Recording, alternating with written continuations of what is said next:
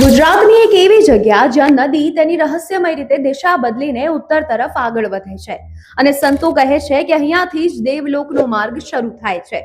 સામાન્ય રીતે ભારતની નદીઓ પૂર્વ કે પશ્ચિમ તરફ વહે છે, પણ ગુજરાતના રામપુરાથી તિલકવાડા વચ્ચે નર્મદા લગભગ 6 કિલોમીટર સુધી ઉત્તર તરફ વહે છે અને એટલે જ આ સ્થાનને ઉત્તરવાહિની નર્મદા તરીકે ઓળખાય છે।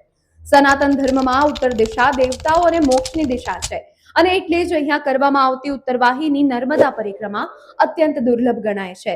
સ્કંદ પુરાણના રેવાખંડ મુજબ નર્મદા નદી તે ભગવાન શિવના તપથી પ્રકટ થઈ છે અને તેના દર્શન માત્રથી જ પાપનો નાશ થાય છે અને એટલે જ સંતો કહે છે કે નર્મદા તે માત્ર નદી નથી, તે જીવંત મુક્તિદાયિની છે।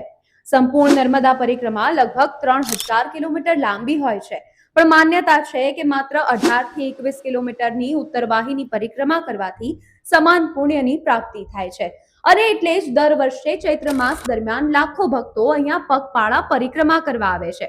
કહેવામાં આવે છે કે ગંગામાં સ્નાન કરવાથી પાપ ધોવાય છે, પણ નર્મદાના માત્ર દર્શનથી જ પુણ્ય મળી જાય છે અને એટલે જ લોકો આજે પણ એક જ મંત્ર બોલે છે, નર્મદે હર, નર્મદે હર।